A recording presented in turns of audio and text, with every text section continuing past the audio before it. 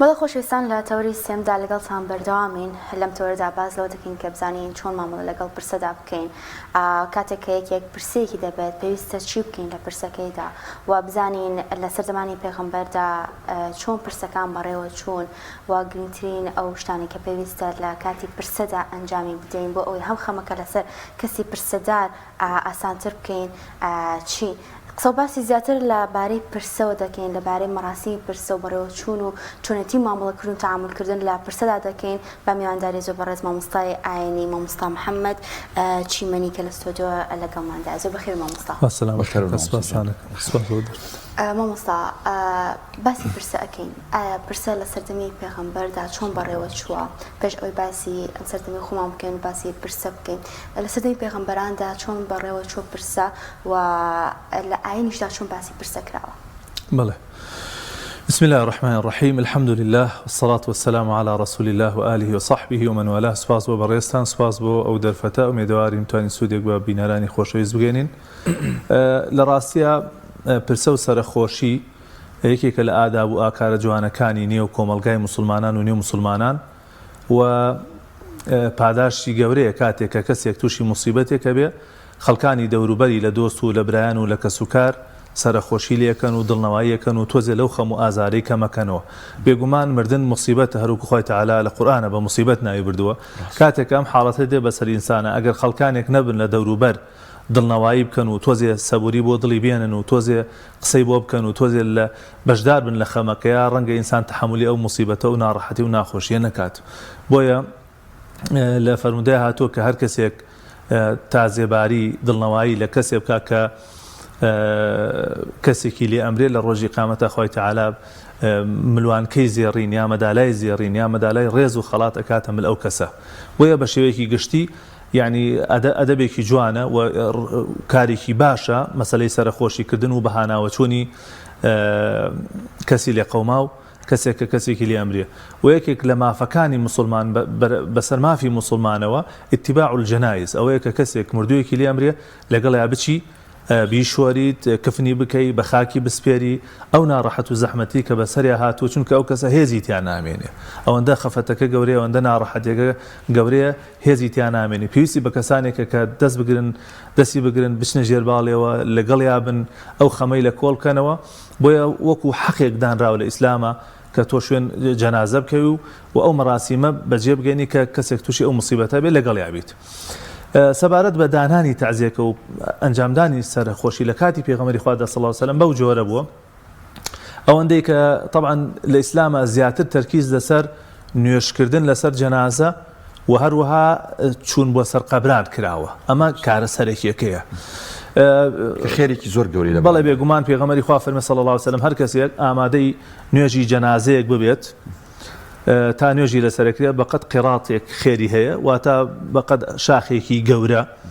و ئەگەر کەسێک بەشدار بێت لە ناشتنەکەیش یعنی تا ئەو کاتی کە بە خاکیشی ئەسپێرن بە ئەندازەی دوو شێوی گەورە خوای گەورە ئەجر و پاداشتی بۆ ئەنووسێت.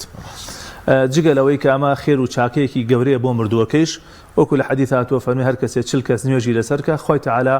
ئەو مردووە خاتە بەر شەفاعەت و تکای ئەو 40 کەسەکە نوێژی لەسەرەکەن. بەڵام بەم جۆرە لە سەردەمی پێغەمبەری خوا صلی الله علیه و سلم لەگەڵیا ئامادەی هینەکە بوون تەرکیزیان لەسەرەوە بۆ کە نوێژەکە بکەن و تەرکیزیان لەسەرەوە بۆ کە لەگەڵ جەنازەکەیان بچنە سەر قەبران و هەر لەسەر قەبران سەرخۆشیان لەو کەسە کردووە و دڵنەوایان کردووە دوعای خێران بۆ مردووەکە کردووە هاوخەمی و هاوسۆزیان بۆ ئەو کەسە دەربڕیوە. دواتر ئەم کەسە ژیانی ئاسایی خۆی کردووە. ئەگەر توانی بێتی چوبێتە دەرەوە لە هەر شوێنێ خەڵک پێی گەشتی بێ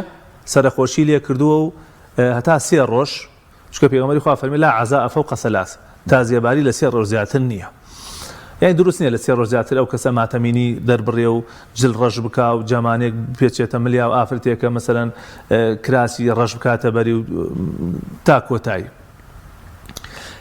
ئەگەر کابرا چوو بێتە دەرەوە ئیش و کاری هەبوو بێت لە هەر شوێنێک لە مزگەوت لە دەرەوە لە بازار خەڵک بینیمەتی سەرخۆشیان لێ کردووە.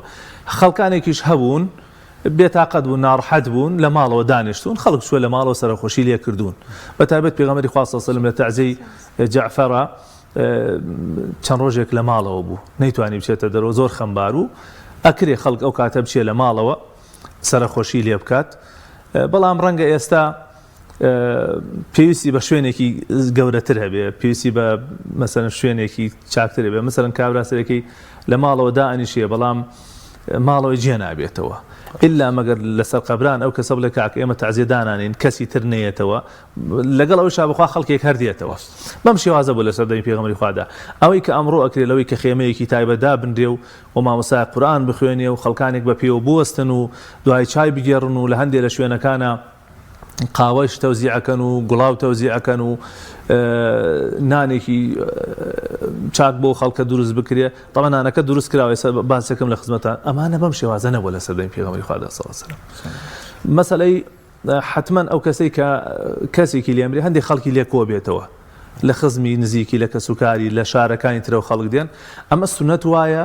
خزمەکانی کەسوکاری دەوروبەری گەڕەکەکە ئەوانە نانی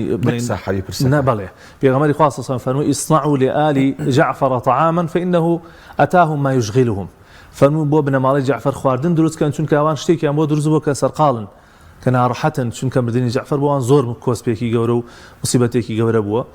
بۆیە سونەت وایە دەوروبەر دراوسێکان حتا من لە بازیان جارێکیان نەریتێکی زۆر جوانم بینی کەسێک لێ وفاتی کرد ئەو سێ ڕۆژە هەر جاری ماڵێک لەو گەڕەکە وت کاکە مەسەلەن نیوەڕۆ میوانەکان دێنیتەوە بۆ ماڵ من کابرانانێکی جوانی دروستە کرد و میوانەکان ئەچوویەوە باوەڕکە ژەمێکیان بیرم دێ ساوەریان کردبوو بەڵام تر چووکە شتێکی جەماعیە و کابرا هەموو میوانەکانی داوات کرد و شتێکی ئاسایی و جوان بوو مامۆستا شتێکی کەژێ ئێستا بۆ نمونە بنەماڵەیەک یان گوندێک یان ئایلێکی گەورە کۆ بنەوە سندوقێک دانن هەر خێزانێک بە پێی توانای خۆی مانگانە شتێکە بەخشێ بەم سندوقە کاتێک پرسەیەک یان بابەتێکی بەو شێوازەیە کە مەسرەفێکی زۆری هەبێ لیان ڕۆیە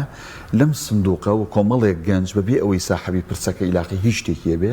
لە سندوقەکە و کۆمەڵە گەنج هەڵەسن بە ئیشەکان و بە ڕخسنی پرسەکە ئەمە نەریتێکی چۆنە تا ئەوەنی ئەو پارە لە کاری باشە سەرف بکرێ و لە شتی شەرعیە سەرف بکرێ شتێکی باشە بەمەرجێ ڕۆگیری لە پێدانی ئەو پارەیان نەبێت یعنی شتێکی تەتەووعی بێ هەر کەس پێی خۆشە لەو خێرا بەشدار بێت چونکە ئەبینی ئەو کەسە لە توانایە نەبێ ئیمکانیەتی نەبێ ڕۆگیرە بێ احتیاجە بێ هەرە بێ بیشیدات لەبەرەوە کارێکی باش نییە ئەمە لەلایەکەوە لەلایەکی ترەوە ئەگەر جاری وا هەیە زیادەڕەوی ئەکرێ کابرا سەرێکی ئەزانێ لە یعنی بێت چۆن ئەبێ زەوابیتی بۆ دانرێ کابرا ئەزانێ پارەی خۆی نییە مەسەلەن زیاد سەرفەکە زۆر سەرفەکە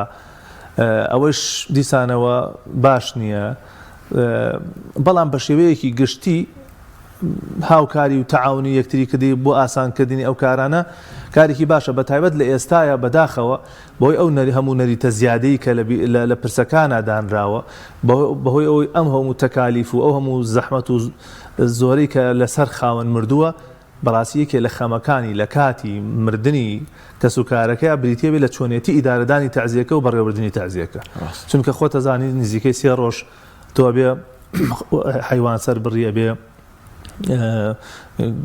مثلا گۆشت لێ بنێ ئەبێ بنج لێ بنرێ ئەبێ ئاو تەوزیع بکرێ یعنی بەڕاستی تەکالیفێکی زۆری هەیە یعنی خەڵکە بۆ ئێمە زانی ومانە بەڕاستی کەسێکی لێ مردووە ناچار بۆ خێرا پەلاماری کەسێکی داوتێتی کاکە کە خاترخوا هەنێ پارەم بۆ بێنەوەخوا حیابەچێ ئەوە یەکێکە لەو شتە خراپانەی یان یەکێکە لەو نەتیجە خراپانەی کە لە تەعزیە ئەمڕۆیە هەیە بەداخەوە ئەمڕۆ پرسەکان هەندێکی بوون بە شانازیکردن و فەخرکردن و هەتا هەندێک پرسە کامێری تەسویری تیادا هەندێ تەسویر بکە بزانە کێ دێ کێ نایە و ئەسڵ وای ئینسانی موسڵمان کە چوو بۆ پرسە بەڕاستی نیەتی بۆ خوا بێ و بۆ دڵنەوایکردنی ئەو کەسە بچێ ئێستا ئێمڕۆ بەداخەوە زۆر بەوایە بۆ ناو و بۆ بین ئەڵێ ئەلیۆ بڕۆ با خاوەن تەعزیەکە بمان بینێ یا لەو کاتەیە دەست بەرزە کاتویا چێ لە شوێنێکا دانچێ کە خاوەن تەعزیەکە بیبینێ ڕاستە خۆشە تۆ کە چی بۆ تەعزیە خاوەن تەعزیە بزانێکەوە هاتووی بەڵام تۆ لە سەرەتای ئەبێ نیەتتەوە نەبێ نیەتتەوە بێ کە ئەمە کەسێکە لێی قەوماوە مصیبەتە ناڕەحەتە منەچم تۆزێ دڵنەواییەکە باشە مامۆستا محەممەدەوە پرسەکە دانرا و بەشداریمان کرد لە پرسەکە هەندێک جار مخۆمەخۆ لەسەرەوە دروستە بێ ئاوێک ئەجێڕدرێ چایەک ئەجێڕدرێ جا چ لای ئافرەتان بێت چ لە مزگەوت لای پیاوان بێ لە خێمە لە لای پیاوان حەڵاڵە خواردنی ئەم ئاوە ئەم چایان نابێ حرام نییە بۆچی حرامە تۆ میێوانی ئەو کەسەی ئێستا من بێم بۆ ماڵی ئێوە تو ئاوێکم بۆ بێنی ئەی نابێ بیخۆم تۆ چووی بۆ میوانداری ئەو کەسە سەرخۆشی لەو کەسەکەی ئەگەر ئاوێکت بۆ بێنی ئیشکالی تیانە تەنها مەگەر لەبەرەوەی لە نیەتی خۆ تاوڵی با من کاراسانیە بکەم هەر کەس زەخاری خۆی کاراسانیە بکە بۆی زۆر تەکلیف سەر ئەم کەسە نەکەوێت ئەگینا تۆ مەسەلەن بەم هاوینە مەسەلەن بە هاوینێک بە گەرمایەک بە کاتێک ئەچی بۆ پرسەیەک تۆ نیوتە ئێکابرا چۆن ئاوت نەداتی خۆ ئەگەر بچی بۆ ماڵیشی هەرێ بە ئاوت باتێ بەس ئێمە ئەگەر لە سەرەتاوە کێشەی پارەکە چارەسەر بکەین یعنی هەر کەس لە ئاسی خۆیەوە هاوکاریەک بکە ئەو کاتە هیچ ناڕەحەتێکی لەسەر خاون مردۆکە دروست نابێ و هەموو کەسێکیش دەتوانێت ئاوێک بخواتەوە کە تەکلیفێکی ئەو تۆی نییە زۆر باش زۆر ئەوکە چوونە ناو پرسەکەەوە باشترین مامەڵە باشترین وتە چییە بە خاوەن پرسەکە بوترێت چکە زۆر جار کەسێک ئەبینی لە جاتی ئەوەی کە خەمەکە لەسەر خاوەن پرسەکە ئاسان بکە ئەوەی تر بیری ئەخاتەوە و قورسریەکە لەسەر چاوە زیاتر لە تەعزیە ژنانە ئەویستم ئەوە بڵێم من یەکەمە دوو بەشەوە بەشێکیان با لە تەعزیە ئافرەتانەوە دروست بکەین دەست پێ بکەین کە بەڕاستی منکەراتی زۆر و هەڵە و کەم کوڕی زۆر لە تەعزیە ئافرەتانەوە هەیە بەداخەوە ئەوش ڕەنگە بۆ ئەو بگەڕێتەوە کە ئافرەتان عەطف و عاتیفەیان زیاتر زاڵە بەسەر عەقڵا يعني زیاتر عاطفین زیاتر سۆزدارن و جگە لەوەش زۆربەی ئافرەتان ڕەنگە نەزانین تیانە زیاتر بێ وەک لە پیاوان و پیاوان زیاتر دان بگرن بە خۆیانە لە تەعزیە ئافرەتانەوە جگە ئەو لە خۆدان و گریان و دەنگ بەرزکردنەوە و هاوار وانە ناشکوریەکی زۆری شەکرێ بەنا بەخوا ناڕەزایەکی زۆر دەرەبڕێ ئینسان دروستە بگری بەڵام بەبێ دەنگ بەرزکردنەوە بەبێ لە خۆدان بەبێ خەدا دڕین بەبێەوەی قڕبکەیت بەسەر خۆتا بەبێەوەی دوای سیاری جەنازە بکەی بۆ سەر قەبران بەبێ ینی پێغەمبەری خوا سەسەم کە ئیبراهیمی وشەی ناڕەزایی بەرامبەر خوا بەڵێ ئیبراهیمی کوڕی پێغەمبەری خوا سەسەم کە وەفاتی کرد پێغەمبەری خوا نایە باوەشی و بۆنی کرد دەستی کرد گریان فرمێز بە چاوی هاتەوە خوارەوە فەرمووی ئەی ئیبراهیم إن القلب لا يحزن بخوا دڵمان خەمبارە والعين تدمع چاویشمان فرمێسی لێ دێتە خوارەوە وإنا بفراقك يا إبراهيم لمحزونون أخوة إبراهيم إما كتولي ما بالربي خمبارين بيتاقتين بلام ولا نقول إلا ما يرضي ربنا قسيناكين إلا ما قد خواهي پرودگار بي لما راسي بيت يعني قسيناكين كخواهي تعالى لخوة ما برنجينين زوجار بداخوا بيسين لتعذيبة تايبت آفرتانا ئافرەت ناشکوریت دەرەبڕێ ناڕزای دەڕەبرێ بەس من کوڕم هەبوو جوانە مەرگەم وابوو بەخوا بە تەمام بوو بەیانی ژن بێنێ نازانم چی بکە یعنی کۆمەڵی قسەی ناشکوری و ناڕزایی دەرەبڕێ ئەو لەلایەکی ترەوە جاری وای ئافرەتان کە ئەچن بۆ پرسە ئەڵێ ئەگەر من نەگریم ئەگەر شیوەنێ نەکەم ئەگە کڕۆی نەکەم حیامەکی عیبە ئەمە خزمە ئەمە فڵانەشتە ئەم ئافرەتە عیبی نییە یەک کێشەی نییە تا پرسەکە قسەی خۆشی کردووە ئەگاتە بەردەم دەرگای خێمەکە واکو چۆن پلاکێ دابگیرسێنی ئیتر دەست پێ ئەکا بە فیزاق بە ئەوە نەیتر ئەو دایکە یا ئەو خوشکەی یا ئەو کەس و کارەی گەرمەکاتەوە زۆر جار تەعزیە کە بووەتە وەکو باسەکەن ئافرەتان هیچ کێشیان نەبووە دانیشتون سەبریان گرتووە ئافرەتی دێت جارێکی تر وەکو چۆن بەنزینێ بکە بە ئاگرێکە ئاوا تەعزیەکە خۆشەکاتەوە و دیسانەوە ئەوە دەست یان جارەوە لە جیاتی ئەوەی بچێ دوو قسە خێر بە و دایکە بکە دڵنەوایی بکە دڵی باتەوە پاداشتی خوای بیر بخاتەوە ئەچێ چیەکات بەخوا بەزەیم پێداتێت و بەخوا تۆ لێ قەوماویت و بەخوا تۆ کوڕەکەی ئاوا بوو کوورە کوڕەکەت کوڕ بوو دوێنە هاتووتی ئەوەتان بۆەکەم ئەو ڕۆژە ئاوا خۆڵکی کردین بۆ ئەوێ ئەو ڕۆژە بەسیارەکە بردینی بۆ ئەوێ ئەوەنێتە دڵی دایکێک کوڵێنێتەوە ئینسانەوێ بزانێت چێڵێ جاری وا هەیە ئەچی شتێ باشکەی لە جاتی باشەکە خراپیەکەیتەوە بەتایبەت ئەمە لە تەعزیە ئافرەتانە باشترین شت ئەوەیە لە تەعزیە قسەیە بوترێ کە سەکینەت و سوکنایی و سەبوری بۆ دڵی ئەو کەسە بێنێت سەبر ئارام پاداشتی خوای پەروەردگار پێغەمبەری خوا صلی الله علیه و سلم دای بەلای قەبرێکە ئافرەتێک ئەگریا فەرمووی اتقی الله واصبری فەرمووی ژنەکە لە خوای گەورە بترسە و سەبر و دان بگرە بە خۆتە ئارام بگرە بە خۆتە ئافرەتەکەیش وتی دەوا ئەزم لێ بێنە تۆ نازانی لە جەرگ من تۆ ئاگات لە حاڵ من نییە تۆ لێت نەقەوماوە نازانی وەزاکەی من چییە پێغەمبەری خوا صلی الله علیه و سلم لێی گەڕا کە ڕۆیشت فەرمیان نەزانی ئەو پێغەمبەری خوا بوو چۆن قسەی واکەی دوای ئەو بۆ ڕۆژت بۆ لای ماڵی پێغەمبەری خوا صلی الله علیه و سلم فەرمی پێغەمبەری خوا بەخوا نەمزانی تۆی فەرمووی إنما الصبر عند الصدمة الأولى فەرمووی ئاگادار بە سەبرگرتن ئارامگرتن لە حاڵەتی یەکەمە لە چەند ڕۆژی سەرەتایە تۆ دوای دەڕۆژ بڵێ ئینا لیلا و ئینا ئیلەیهی راجعون و بەخوای تر قەدری خوایە و چوانێ زۆر ئەو تۆی هینێکی نییە ئەهمیەتێکی نییە لە حاڵەتی سەرەتایە. اینجا شتێک هەیە یعنی زۆر جا باس یەکەم لە باسی لە شوێنی خۆیان جاری وا ئافرەتێک ئەگری یا پیاوێک ئەگری کەسێکی ترە چێتە بنەسیەوە فڵان کەس عیبە بۆ تۆ چۆنەوێ بگریت تۆ پیاوی ئەوە غەڵەتە با بگری گریان سوکنایی بۆ دڵەهێنێ ئەو خەمە کەمە کاتەوە ئەو ناڕەحەتیانە کەمە کاتەوە ئەوەی کە گریان هینی لێ نەکراوە نەهی لێ نەکراوە ئەی چۆن پێغەمبەری خوا صلی الله علیه و سلم کە حەمزەی مامی شهید و ئەوەندە گری ئەوەندە بێتاقەت بوو فەرمیان لە حەیاتی نەمان بینێ پێغەمبەری خوا ئەوەنە بگری ئەوەنە بێتاقەت بوو گریان دروستە گریان بۆ جیابوونەوە گریان بۆ لێکدابڕان گریان نەک بۆ ناڕەزایی مادام ئەو کەسە ناڕەزایی دەرنەبڕێ و دەنگ بەرز نەکاتەوە و شیوەن نەکا بێتاقەتی دەرنەبڕێ ئاساییە بە ئەو کەسە تۆزێ بگری ئەگە تۆزێ نەگری دڵی ئەتەقێ لەبەرەوە ئەو سەرزانشکردنیش باش نییە بە کورتی قسەیە بوترێ ئامۆژگاریە بکرێ دوعای خێر بکرێ ئەو کەسە دڵی پێ سوکنایی پێ بێ و تۆزێ خەمەکەی کەم مامۆستاشتێکی ژەیە هەندێک لە ئافرەتان جاری وا هەیە کوڕی مردووە یان برای مردووە لەوێ تعزیەکی تر بۆ خۆی ینی بۆ مردوەکەی خۆی ئەگری دیسانەوە تعزیەکە دووباراکەتەوە مامۆستا باست لە ئەوە کرد کە لە قورئانە مردن بە مصیبەت هاتووە ئاشکراشە کە کاتێک تووشی مصیبەتە بین ئەبێ ئەو ئاەتێکە فەرمە ئینا لیلا و ئینا ئیلەیهی راجعون ئەمە بۆ کەسە نزیکەکان زۆر مهمە یەکسەر ئەمە بڵێن ئەمە یەک دووەم مامۆستا باست لەوە کردوتت لە 3 ڕۆژ زیاتر نابێت تعزیە بجێڕێت بەس وا بزانم بۆ ئافرەتێک کە مێردەکەی بمرێت جائیزە تا چەند مانگێک ئەوە ئەگەر لە بیرم چۆمەیانم بیر بخەرەوە پێم خۆشە تیشکێ بخەمە سەر ئەوەی تریان یەکێک لە ئەو ئادابانەی کە لە کاتی مصیبەتە کە ئینسان بێڵێ لە سەرەتایەکەمە وشەی ئینا لیلاه و ئینا ئیلەیهی راجعون خوا ئێمە هەموو مڵکی تۆین و وەلای تۆش ئەگەڕێینەوە و پێغەمبەری خوا صلی الله علیه و سلم هەواڵیان بۆ هێناوتیان کچەکەت نردی بە شوێن پێغەمبەری خوایە کەسێکی نات فەرمووی بڵێ کوڕەکەم یا کچەکەم خەریکە گیانەدا با پێغەمبەری خوا بێت پێغەمبەری خوا صلی الله علیه و سلم فەرمووی بەو کەسەی کە هاتوو فەرمووی بڕۆ پێی بڵێ إن لله ما أخذ ولله ما أعطى وكل شيء عنده بأجل مسمى هر بو والله أو برسالي وداديش بڵێ إن لله ما أخذ ئەوەی کە خوای باتەوە هی خۆیەتی ولله ما أعطى ئەوەیشی کە بەخشێ هەر خوایە